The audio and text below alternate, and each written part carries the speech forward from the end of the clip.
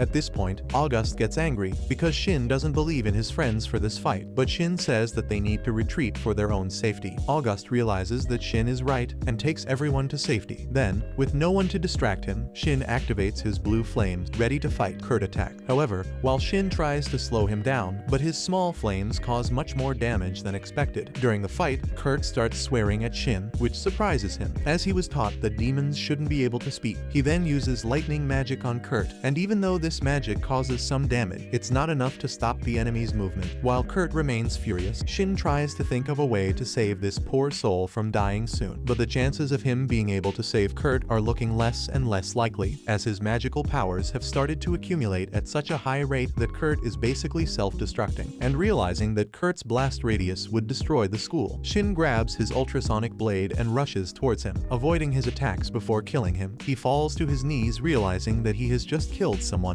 and soon afterwards his friends arrive, surprised to see that Shin has emerged victorious against the demon. Now, however, Professor Oliver has his eye on Shin. When August arrives, Shin reveals that the circumstances of Kurt's transformation are absurd, and August agrees, since Kurt didn't have enough magical knowledge to cast a spell that would turn him into a demon by mistake. So August deduces that Kurt may have been artificially induced to become a demon, since Kurt kept his senses, unlike a normal demon. This leads to the conclusion that Kurt may have been the victim of a test on human being. Later that day, they arrive home to find the king at their aid waiting for Shin. He bestows a certain honor on the merit for having averted a crisis in his nation, which leaves Shin surprised, but Merlin confronts the king, who quickly explains that the incident had already spread throughout the country, and that now denying the award to the hero Shin would be impossible. He once again promises to keep Shin out of political matters, but this time he will have to accept the award as a hero, which Merlin eventually agrees to. The next day, Shin becomes the talk of the town, and this makes the walk to school rather uncomfortable, as all the girls now want to bride a powerful new Pokemon with him. But Sasiri has bonded him to Shin, which makes the girls understand that he is compromised. At school, everyone rushes to join Shin's club, and this makes the teacher worry, believing that the best thing to do is to put a limit on the number of students who can join a club. In the end, he decides that only those who have the ability to store items in another dimension can join this club. With everything settled, only Mark, who is the son of a blacksmith, and his childhood friend Olivia, whose family owns a diner, join this club. Alice and her friends are big fans of the food that Olivia's family makes, so Olivia promises to reserve a table for them, and Shin reveals that he would like to have a custom weapon, but Mark says that he can barely make a knife, so Shin will have to wait, as the sword he used to kill demons must have been exceptional. However, Shin explains that he used a normal sword, enchanted to vibrate at ultrasonic speed. However, since swords are thin, they break easily, so he explains that he wants a smoothly customized weapon. Yuri, a classmate with a charming profile, comments on how remarkable Shin's talent is, and since the girl is pretty and has sucked up to him, he offers to do what the girl wants. He wants to be introduced to Melinda, and the girl quickly accepts the offer. On the other side of the screen, there is that damn professor who is being investigated by the Order of Knights. All his options of escape are removed, so he is forced to expose that he was actually conducting experiments on human beings. And now that they all found out about it, he will eliminate them all. A man appears thinking he can defeat a professor with the insane look, and and as expected, he is easily soloed. So Shin is forced to try to stop this professor. Shin attacks him with his sword and with his flame simultaneously, but he blocks the attack with his shield and manages to evade all the attacks, all while Shin continues to try to cut him, but he can't get anywhere with his sword strike. He uses earth magic to put him in the air, in a position impossible to escape. However, Oliver can use magic to float, and Shin unexpectedly rises towards him with his equipment and lands a blow using his flame. However, Oliver pushes him back, using a powerful wave of energy. His glasses break, and it is possible to see that he is a demon who has perfectly controlled his body. Oliver is very proud of having reached a level that humans will not be able to surpass, and Shin does not give up and attacks Oliver on impulse, and everyone thinks he made a mistake, but in reality, he was just buying time to activate a devastating spell, which is based on concentrating sunlight on a single point. Shin activates dozens of rays of sunlight, which pierce the roof and hit Oliver. His blows result in a huge explosion. The area hit by the sun's rays turns to glass due to the heat of the sunlight, and even though Oliver was hit, Shin still believes that he may be alive. Shin thanks the court magicians for their help, even though they didn't help at all. But the important thing in these moments is to be humble and attribute all your merit to the government. The court magicians ask what the hell was that sunlight spell. When Shin starts to explain the effect of his magic, the magicians don't understand a thing. The next day, Shin and his friends go to the smithy run by Mark's family. Everyone is happy, but Shin is still sad because he believes that Oliver is still alive. Augusto is shocked to hear this, and Shin explains that his attack concentrated the sunlight and created glass craters on the ground, but he didn't feel that his magic had made direct contact with the enemy. He believes that the huge explosion was caused by Oliver so that he could escape safe. Augusto thinks this theory makes sense, so he asks Shin to order whatever he wants from the smithy. The royal family will pay his entire bill. The prince says that since Shin is the only one who can fight Oliver, they urgently need to equip him with the best equipment. With that said, they soon arrive at the blacksmith shop, where Mark and Olivia are waiting to welcome. The girls take Oliver to participate in a podcast about female culture, while the boys enter the weapons shop. But the owner of the shop is not happy to see so many people entering his store. He says that his products are not for shitty-ass children. But then, Augustus introduces himself as the crown prince. And upon hearing this, the blacksmith and all his employees kneel down and make Augustus beat his ass. Augustus introduces Shin to him, but he freaks out once again when he finds out that he is the grandson of the great sage and the new hero. Augusto reveals that Shin wants a special sword tailored to use his ability. After revealing the details, they leave the store and discover that Cecily and Maria have left the other girl tired. What did they do? Shin asks Mark that his family sells other things besides armor, and the boy says that they sell kitchen items, and on the third floor, they sell accessories. Shin then looks at Cecily and asks if she wants a pot to wash dishes, but the girl gets embarrassed and says that receiving a pot is like a marriage proposal, so she will only accept a wedding ring. However, Shin reveals that he just wanted to enchant anything for her to use so that she would be more protected, and the girl ends up feeling sad about it. He asks if the girl really doesn't want a pot or a washing machine, but she insists on just receiving a simple, more expensive wedding ring from the store. After buying it, he places the ring on the girl's hand and says that this item will protect her. A few days later, Shin is dressed for his award ceremony. He is presented to the royal court and applauded by high-ranking nobles. He is then awarded a medal by the king, and the court then announces that Shin is not to be used for military or political purposes. It is also explained to everyone that the consequence of breaking the agreement will result in Merlin and his family being expelled from the nation. Shin surprises everyone by arriving at the school with his gate magic, and he explains to everyone that he had to escape the crowd of fans at his house. He explains to a curious Lin that the concept of his gate consists of reducing the distance between two places, instead of the traditional teleportation, which uses a lot of mana, and of course she doesn't understand because she is stupid, so he encourages her, revealing that Merlin himself cannot understand the concept, since Merlin does not have a hack, and Shin does. He then suggests that the group themselves level up. After all, they are weak. Furthermore, the royal capital is becoming less safe, and he explains that they first need to learn how much magic everyone has. Contrary to the common belief that higher level spells require enchantment, Shin reveals to everyone that magic is all about the amount of magic, and that magic is the fuel for spell. First, he examines Maria's barrier, which seems very thin, like my big boy here. He then asks Cecily to make a barrier using the enchanted accessory he gave her, and when she does so, the barrier ends up being thicker, firmer, harder, and more veiny, and this only happens because the ring he gave her was enchanted to make her control of her magic more precise. Shin decides to demonstrate the amount of magic he can control to the group. However, when he does so, the density is so great that everyone almost suffocates from the pressure. Some even soil themselves with their own shit. Shin tells them that they will only be able to face a demon of that level when they can reach that level of magical control,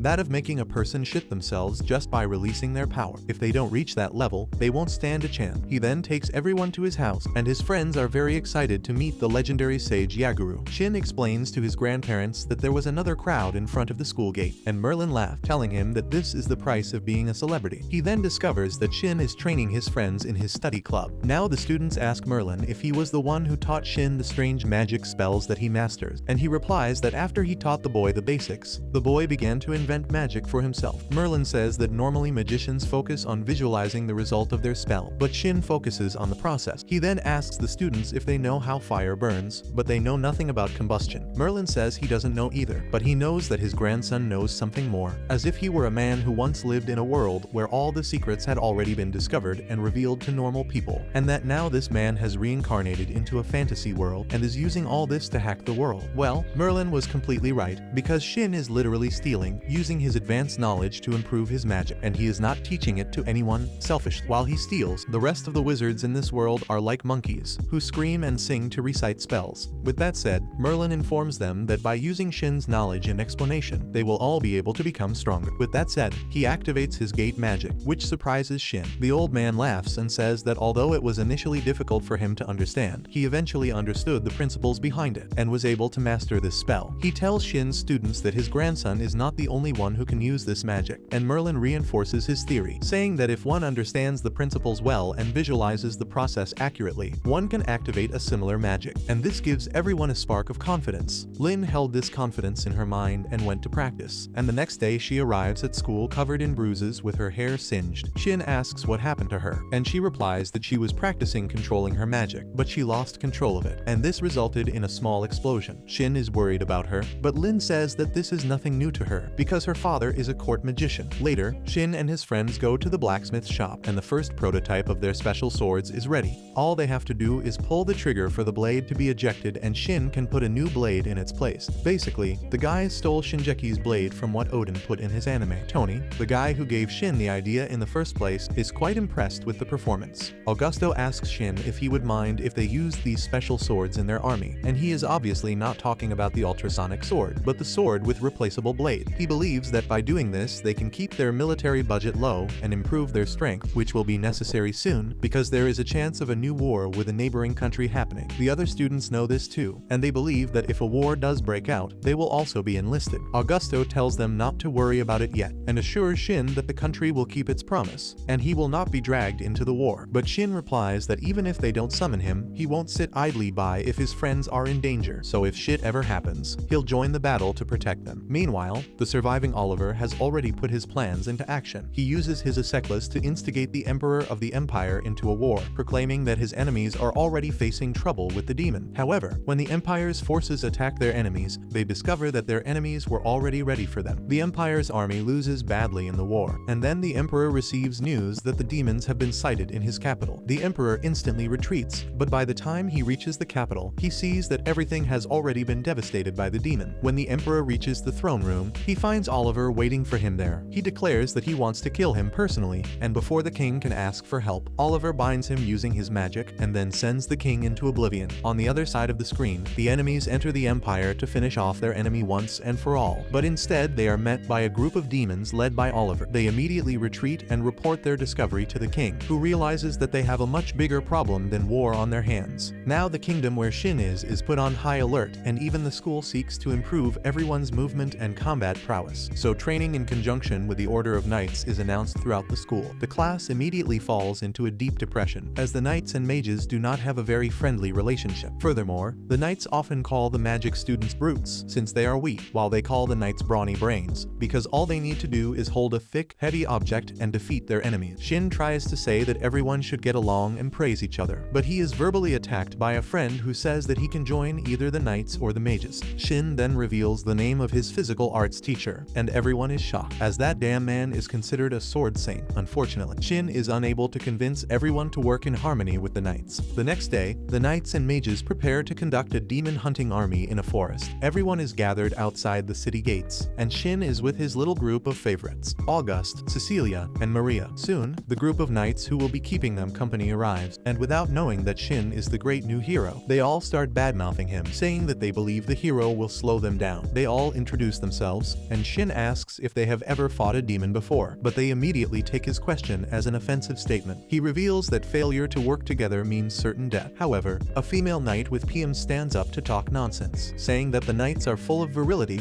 and that they defeat everything in front of them. The girl's attitude irritated August, so he asked Shin not to eliminate any demons and only to act at the right time, so that these knights would understand that they need the help of the magician. Arriving at the designated area, they are greeted by their supervisor, Christina and Siegfried. Shin begs them not to fight, but there are some things that are impossible even for a hacker. Out of nowhere, several girls start to gather around Sieg, and on the other side, Christina also deals with her fans. Shin reveals that he did not know that they had so many fans, but August tells him that these two are very popular since they are the king's main line of defense. But the prince does not intend to let anyone relax. He explains to the supervisors his idea of letting the knights start the battle alone, and that the magicians should only act when necessary. This way, the knights will understand their limit. The overseers agree to this, so everyone continues on, with the knights keeping their guard up. Along the way, Shin spots a demonic boar and becomes sad, because if it weren't for his demonic rock aura, this boar would make a great meal. Siegfried is warned that everyone is preparing to fight. However, the boar easily breaks their formation, and at the right moment, Shin acts by cutting the small animal in two with a single blow. The knights are scolded for not knowing their limits, and Christina makes sure to make them realize how weak they are. After this, Cecily heals their wound, and everyone becomes humble and expresses their strong desire to work together with the magician. Furthermore, they treat Cecily like a goddess, and this ends up irritating Shin, because he is already in love with the girl. But his Japanese blood does not allow him to realize this, and even if he does, he is unlikely to reveal it. A female knight is also angry, as she has never been treated like a princess. Out of nowhere, it is reported that over 100 demons are coming towards them. Shin confirms this with his detection, and then he proposes that everyone stay out of his way, so that he can exterminate the 100 demons alone. His proposal is accepted, so he takes the opportunity to vent his anger, using the mini atomic bomb spell, which causes the 100 demons to be instantly eliminated. Unfortunately, his magic ends up leaving the entire forest in ruins. Not only that, but everyone goes crazy upon seeing the extent of Shin's power.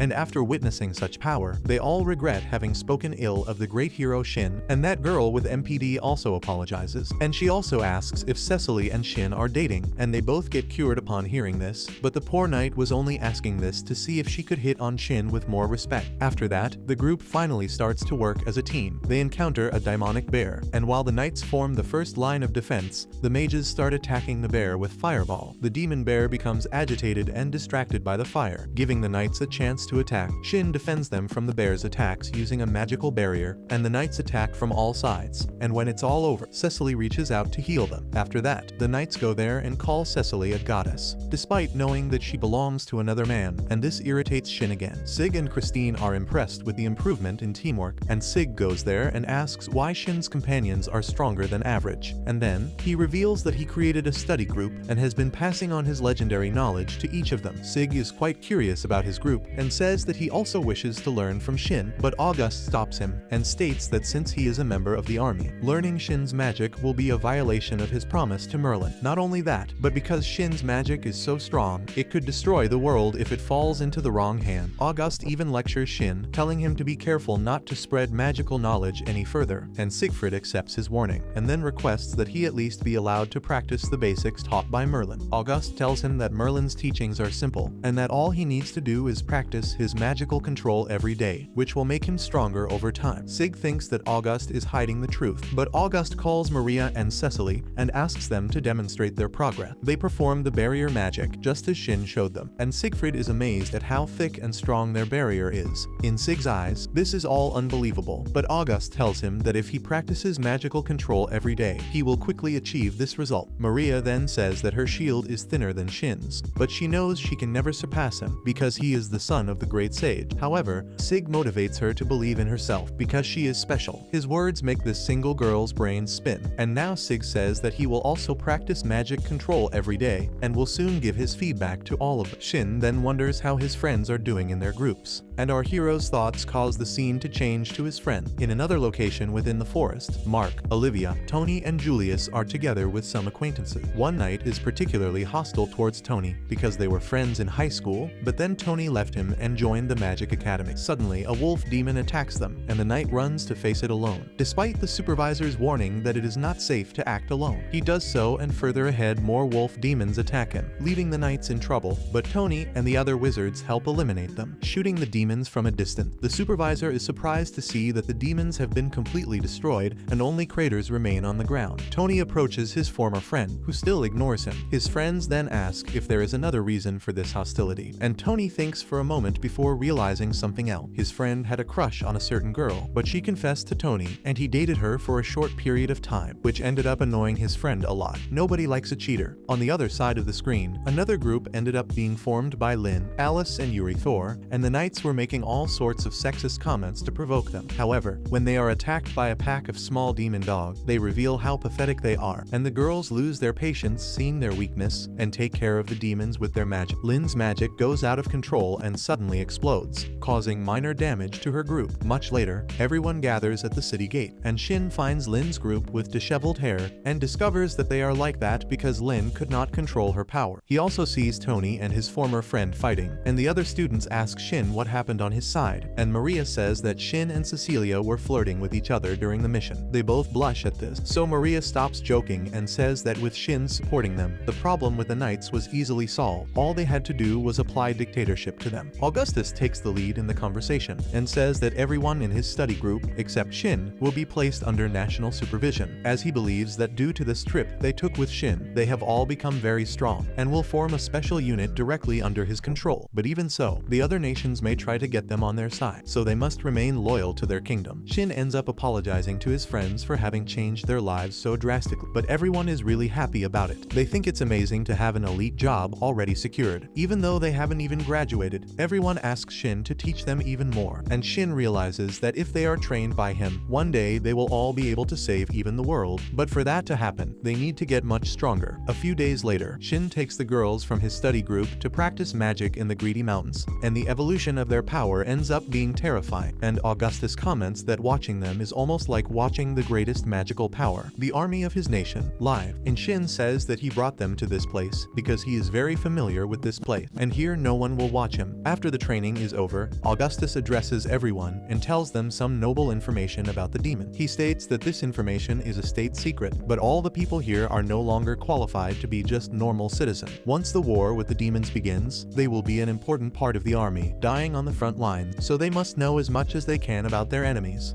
Augustus then reveals that now, the demons are wreaking havoc on the Beshan Empire, inflicting irreparable damage to both cities and villages, treating nobles and commoners quite equally when it comes to massacring them. And despite knowing this, his father cannot go to war with the demons without proper preparation. And the worst of all is that the number of demons does not stop growing. Shin believes that Oliver is still alive and is behind everything, and he knows that if someone ever needs to defeat this man, he will be the only person capable of doing it. That is why he proposes a training camp, so that he can make everyone strong enough to deal with the demons and their creator. Augustus suggests that they go to a place where they can relax and also train a lot. So Maria tells everyone to go to Cecilia's house, because her family owns a hot spring. Like a good Japanese, Shin loves the idea and immediately agrees. He tells his grandparents about it, and they support him. However, Melinda asks who will supervise them, and Shin reveals that he has no one to do it. So since leaving a bunch of young magicians alone is very dangerous, she decides to take on the job of supervising them, even though in reality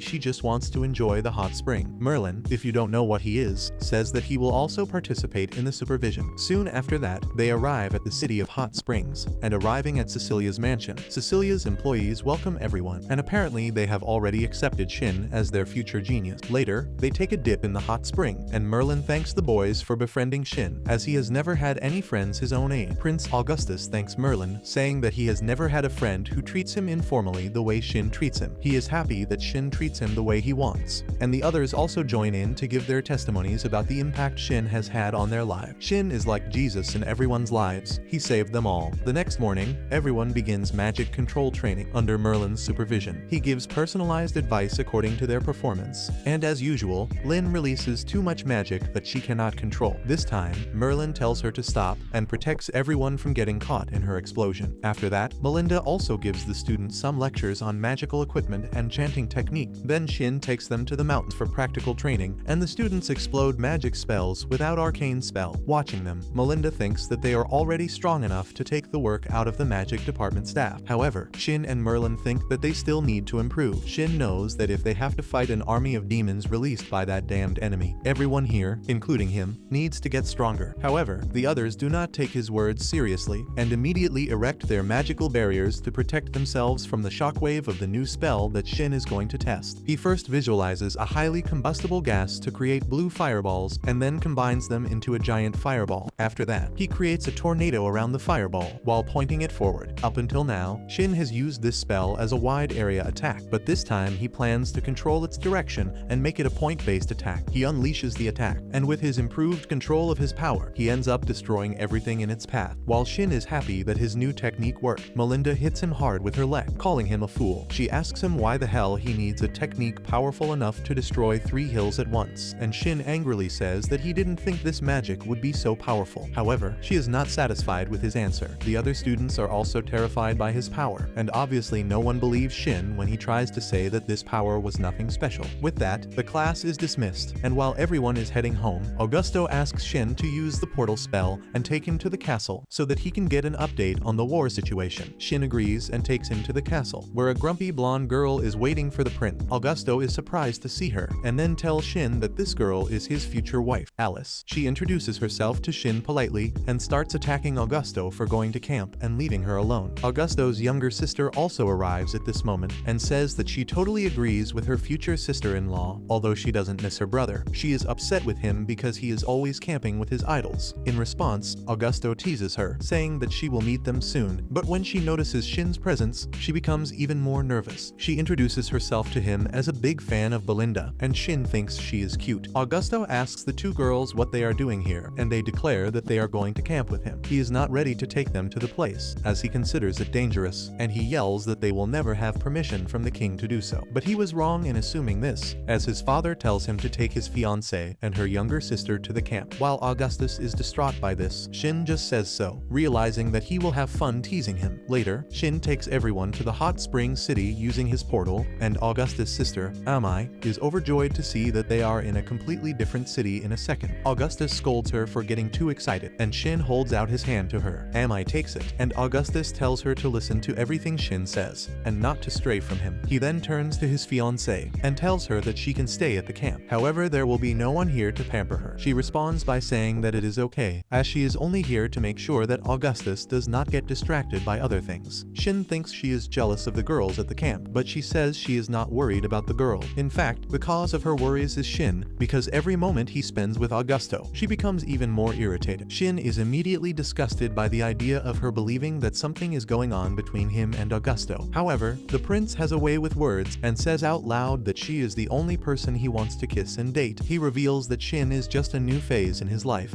and that he was just testing to see if he liked her, but in reality he only wants her. The girl is touched by his words and decides to stop being angry with Augusto. Shortly after, they go to a restaurant to eat, and Augusto tells him that Shin already has a girlfriend, and he gets nervous. Augusto tells him to stop being a coward and make his position clear with Cecily, because it is obvious to everyone that they are both in love with each other. Shin is still in doubt and wonders what will happen if his obsession is wrong and his relationship with Cecily gets worse. In response, Augusto asks Shin if he is happy with the way things are now. He asks Shin if he plans to continue being a coward, because a real man should take action and not wait for the girl to do something. Even after Augusto guides him to the path of a real man, Shin is still a Japanese man, so he doesn't know what to do, and keeps thinking about the harem he could build if he doesn't confess his feelings to anyone. During a conversation between girls, Mai and Augusto's fiancée tell Cecily that Shin was talking a lot about her, and they also say that they make a very cute couple. The two blush upon hearing this, and Shin almost uses an ultimate magic to shut the 2 girls up. After that, the 2 greet the powerful old couple. Mai gets nervous when she sees Melinda in person, and Shin tells her that the girl is his big fan. She approaches Mai on her own and finds her very pretty. Melinda says that she wishes Shin had been as adorable as a child, but he was just a troublemaker who could never be left alone. Otherwise, he would go out and kill half the fort. Everyone agrees with her and wishes that her children would not be as troublesome as he was. Now Shin is discouraged, but then Cecily says that she disagrees with them. She says that Shin's children will certainly be wonderful, and she obviously blushes when she realizes what she just said. So while everyone everyone teases her for planning such a distant future, Cecily ends up getting nervous and running away, not letting the moment slip away. Augusto tells Shin that this should make it clear that Cecily is really interested in him and that he needs to wake up, otherwise the girl will find a real man. Later that night, when Shin is out for a walk, he finds Cecily sitting alone. He approaches her, but neither of them knows what to say. After some awkwardness, Cecily apologizes for the thoughtless words she said earlier, and Shin replies that he was a little happy to hear that. After that, they start to reminisce about their first meeting, and Shin admits that the first time he saw her, he felt a lightning bolt strike his heart. She responds by saying that she also found him to be a very handsome man, and upon hearing this, Shin finally gathers enough courage to declare his love to Cecily, and she starts to cry with joy upon hearing it. She replies that she loves him too, and Shin asks her to become his girlfriend. She agrees, and they set off to have their first kiss. However, their friends were spying on them, and they came out of hiding at the last moment, preventing the two from having their first kiss. Not only his friends, but his grandparents are also there to see him become a real man. This day was so crazy that it was even announced in front of everyone that Shin and Cecily are dating, and a noble follower of Cecily also comes out of the bushes to congratulate them. Auguste also congratulates Shin, but asks him not to get carried away by romance to the point of neglecting his training. Shin asks him why he would have prepared all this for his confession, and Auguste responds by saying that a man who postpones his confession because of the war never lives to do so. The next day everyone arrives at the beach, and Shin says that they are not here to have fun, but to train, although we know that beach training is basically fanservice. What they will do here is train by throwing and using magic on the ball. The game begins and Alice throws the ball high into the sky, before jumping after it using the physical reinforcement spell. She hits the ball down with all her strength, but Olivia receives it well. Thor prepares the ball for Tony to hit with his bow magic. Auguste lifts it with his wind magic, and then Lynn jumps and hits the ball with her flame spell. The flaming ball goes straight to Yuri, who tries to use a water shield, but she can't stop the ball, and so the first point is scored, while everyone else is also excited to play. Shin wonders if it's so easy to be good at volleyball. Suddenly, a fire shot comes towards Prince Damai's cave, but Merlin quickly blocks it using his magic barrier magic, thus saving the girls. Afterwards, while the girl lectures those responsible for the missed shot, Merlin says that he believes this game is a good way to practice magic control, and tells everyone to keep playing, even if some lives are lost. After playing all day, everyone gathers at the mansion at night, and Shin discovers that everyone present has known Auguste and his girl since they were 5 years old. Basically, royalty and nobility throw a party when their children turn 5, and everyone of the same age is invited. They start talking about party, their love stories, and their relationships, when Shin suddenly realizes something and tells everyone to calm down. With that, we see Melina entering the room and telling them to go to bed early, because tomorrow they will have to train again. However, the lights are off, and everyone is hiding in their bed. They almost manage to escape, but somehow, Shin and Cecilia end up in the same bed, and she can't keep her moan, and it's her panting under control because of his touch. Thanks to this, Melina finds them, and they all end up getting scolded a lot. The next morning, the two lovebirds meet in the hallway and blush as they remember the plot development they had the night before. Shin tries to end the conversation, saying that they should go have breakfast, but before that Cecilia tells him that she has a request to make of him. She wants him to meet her parents and officially declare his relationship with her. She wants him to do this before her father leaves for work. Shin thinks this is a good idea, but as soon as he is in front of Cecilia's parents, he is speechless. A true coward, he takes a deep breath and gathers all his courage and politely tells them that they are dating. He reveals that he came here to ask for their blessing.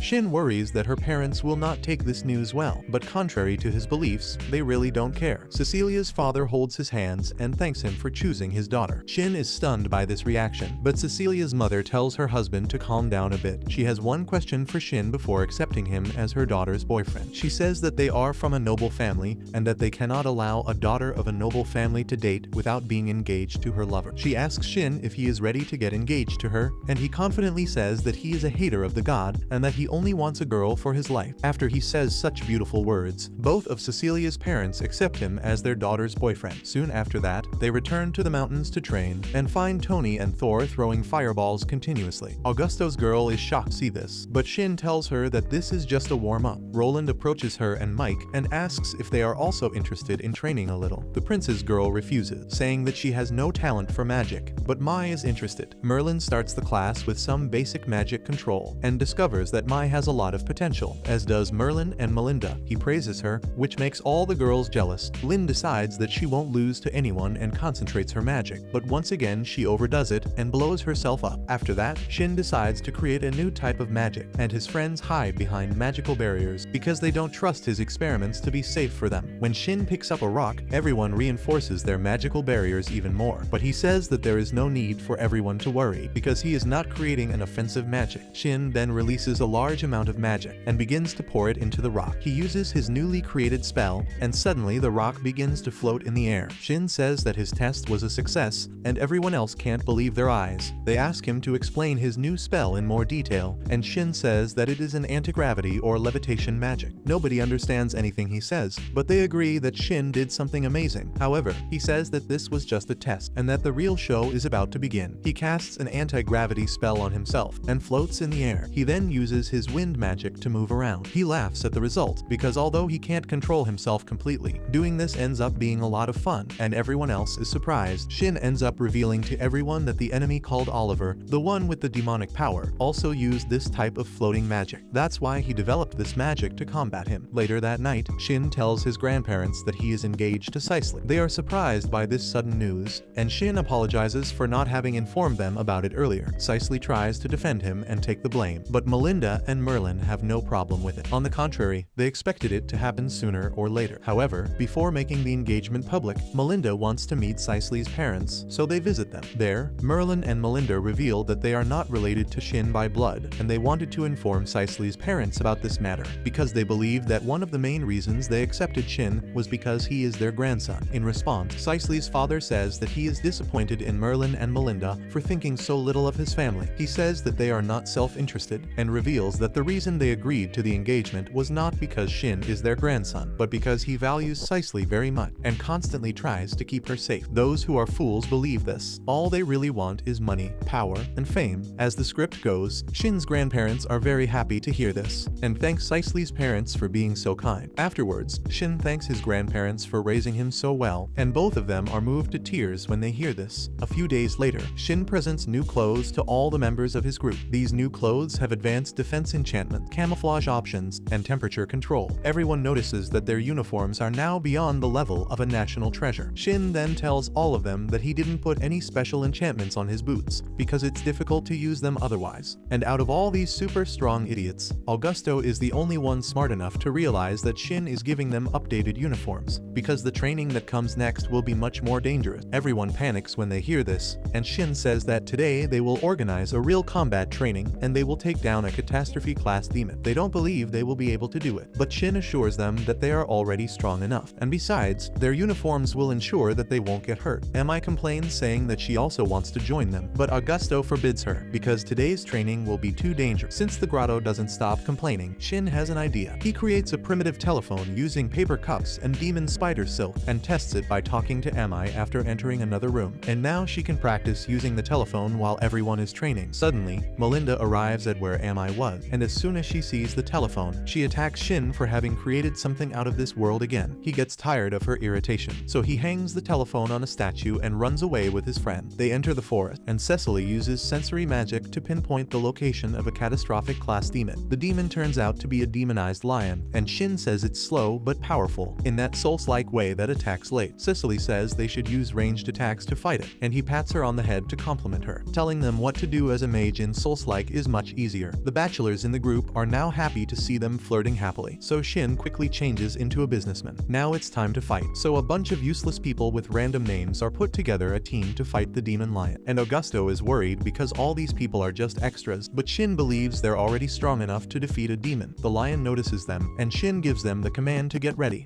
So, when Shin gives the signal, they fire at the demon lion, and when the attacks of various elements hit the lion from all sides, he realizes how screwed he is. Just like that, a giant explosion shook the entire forest, and Shin realizes that sending 5 people to fight a mere catastrophic class demon was a complete exaggeration, because now there is only a crater in the ground where the demon used to be. It is at this moment that Shin realizes that if the extras are this strong, the main characters can probably defeat a catastrophic class demon by themselves. He tests this theory, and it ends ends up actually working. And of all of them, the only one who learned how to use Shin's ultrasonic blade was Tony, because he knows how to make his hand vibrate in the bathroom. Later that night, Shin gets dressed up really nice because now his engagement party is going to happen. Cecily comes to his room to welcome him, and the bastard can't take his eyes off her. They get too lost in each other's sight, but Cecily's mother arrives and tells them to hurry down because the guests are waiting for them. They receive a warm welcome from their friends and family, and even the king, who congratulates them. Later that night, Shin and Cecily go to the balcony, where he takes an engagement ring out of his pocket and formally proposes to her. Cecily offers him her hand, and he places the ring on her finger, and with that they finally kiss, and thus the anime ends. But no.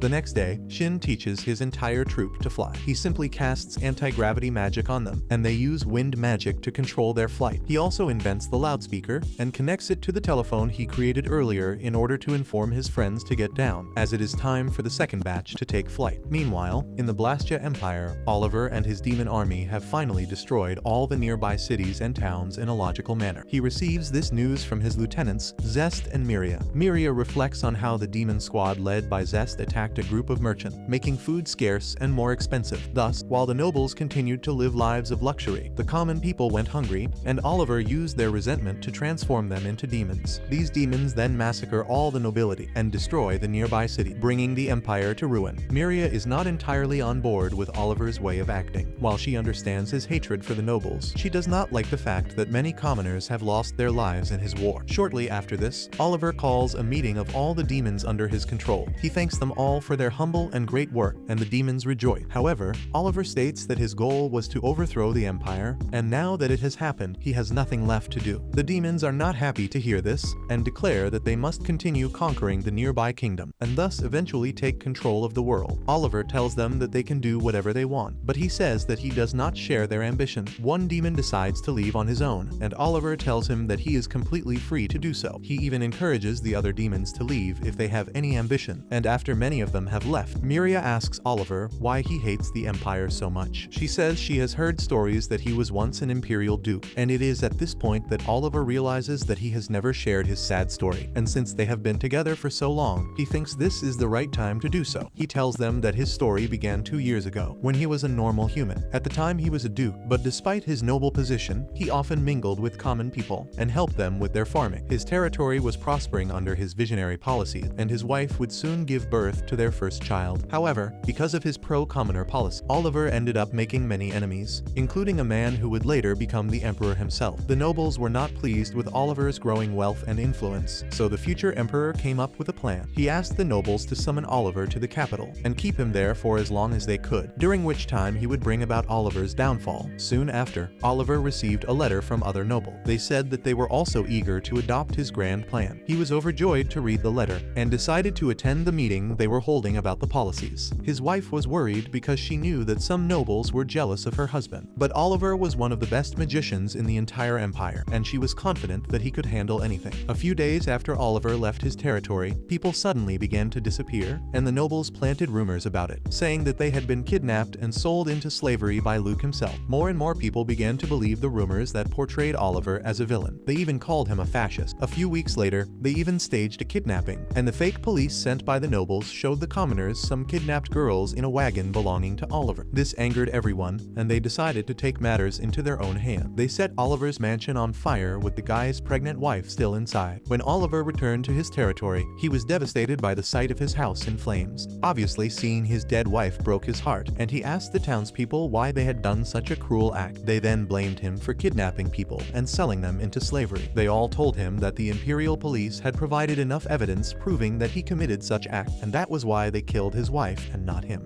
It was at this moment that Oliver realized that the nobles had conspired against him to destroy him. He went mad and cursed the people who had received his kindness. Not only that, but he cursed the entire empire, which had allowed the evil nobles to do whatever they wanted in their territory. Oliver was overcome by his grief and anger, and a dark energy began to spread around him. He then declared that he would destroy the people and the empire. It was at this moment that he transformed into a demon, and with his transformation into a demon alone, he released enough energy to completely destroy his city. At the end of the destruction, he laughed and swore that he would destroy the empire from the emperor to the last commoner. After hearing his story, Zest thinks that since he has started to destroy the Empire, he needs something else to do now, which is why he tells his assistant to attack a small kingdom nearby, as this would force Shin to come out and fight them. Meanwhile, in the capital, the coronation ceremony of Prince Augustus is being held, when suddenly a messenger arrives with news that demons have been spotted near the border. Everyone panics upon hearing this, but Augustus tells them to calm down, as they have a special unit that is perfectly capable of fighting the demon. He then calls Shin up on stage and introduces him to the audience as the new hero who stopped a demon attack on the Magic Academy. Augustus says that they have become stronger thanks to him, and then takes off his cape to reveal the battle uniform he is wearing underneath it. He then tells Shin to address the audience and give a cool performance that will calm their hearts, and also asks him to come up with a cool name for the group. The first part of the request is easy, but Shin struggles to come up with a name, so he finally declares that they are the best magician. With that said, Shin casts floating magic on everyone, and they fly towards the border to take care of the demons. At that moment, in the small neighboring kingdom, the Knight Commander and his soldiers notice a horde of demons heading their way. He realizes that his country is doomed, because they are not strong enough to face the demons, and even if they send out a request for support to the other kingdoms, it will take about a week for reinforcements to arrive. He calls all available magicians and orders them to use their strongest barrier magic to defend the castle walls from the demons' attacks. They block the first wave of demon attack thanks to special defense equipment. Meanwhile, Shin and his group are flying towards the neighboring kingdom, and when they arrive at the neighboring kingdom, they will introduce themselves as Ultimate and Magicians, because it is already too late to change the name Shin chose. While Augusto teases him about it, Lin says that she thinks that is a very good name. She says the girl who only sends explosions. Maria flies up to him and says she's nervous about fighting a demon, but Shin tells her to cheer up because she's stronger than a demon now. He then asks Cecilia to stay behind and take care of the wounded instead of fighting. As for the others, Shin tells them to form pairs and defeat the demons one at a time. The kingdom is now completely surrounded by demons, who continue to bombard the city with attack. They also toy with the civilians who are running for their lives. When a pair of demons are about to kill a woman and her daughter, Shin kicks them in the face and sends them flying. The demon's partner gets angry and tries to fight them. He tells Shin that he's a mere human like him and can't face them. He draws his weapon and begins to release his magic. And it is at this moment that Shin releases his blue flame cannon, making the demon piss himself in fear. With just one shot, Shin annihilates the demon, and in the meantime, Thor takes care of the second demon. After that, they help the mother and daughter to get up, and they show them the way to the rescue center. Shin gets furious when he looks around and sees death and destruction everywhere, but then he notices August and Maria in a high tower. August addresses the people of the country and says that they are reinforcements from the neighboring kingdom and that they are here to protect them from the demon. Then he calls the demons and tells them to give up quietly because they are facing the new hero Shin, who is famous for killing several demons alone. The people rejoice and cheer when they hear this, but the demons are even more eager to fight. The group splits into pairs of two and spreads out across the city. Shin tells one companion to go to the rescue center and heal the people, and asks him to be careful on the way as well. Neither of them notices that Zest's assistant is nearby, and he wants to test Shin's skill. Meanwhile, Alice and Aline form a team and find their first target using the search spell. They come across a demon who hunted down a group of knights without much difficulty. The demon mocks them for being flatter than a Sufi board and asks if they are here to play with Barbie dolls or something. This infuriates Alice, and she charges forward while activating her flame magic. However, Aline hits her with the water spell and puts out her fire, playing against her own team. In effect, she tells her that this is no time to get carried away by her emotions, as they are dealing with the demon. After hearing this, Alice calms down and says that she will fight more patiently now. However, Aline says that the demon is already dead. She hit him with a high-pressure water attack while Alice was distracted. Suddenly, she hears the scream of a knight who is being tortured by a demon. The demon toys with the knight and launches a destructive attack at him, but Aline and Alice arrive just in time and block it with their magical barrier. This demon also says that Alice is smoother than a skeleton. Then she gets angry and hits him with a powerful fire spell, which doesn't even leave his ashes behind. After that, they help the knight to get up, but he tells the girls that he can walk alone to the rescue center. With that, the girls decide to compete to see who can get the most demon. In another place, the one with eyes blocks a demon that tries to face Thor in hand-to-hand combat, and when a second demon launches its attack at them, Thor blocks it with his barrier. At the same time, he releases a blade of wind to cause a deep wound in the Nebony. Thor asks the demon if they are doing this on Oliver's orders, but he refuses to talk and attacks him again. Thor uses a blade of wind to deliver several blows to him and make him kneel. He asks the demon why he and the other demons are trying to ruin this country, and he answers by saying that this is their basic instinct. As demons demons, now their duty is only to destroy things. He shouts that they were filled with hatred for the nobility that oppressed them, and when they transformed into demons, these feelings exploded and gave them the desire to destroy everything. He prepares to fight again, but he and his partner are quickly defeated. In another location, two demons have cornered some knights against the wall, and suddenly a magic circle appears under one of them. The unlucky demon freezes instantly, and his partner finds Yuri on a nearby rooftop. He is about to attack her, but Tony charges in with his ultrasonic blade and cuts down two demons with a single blow.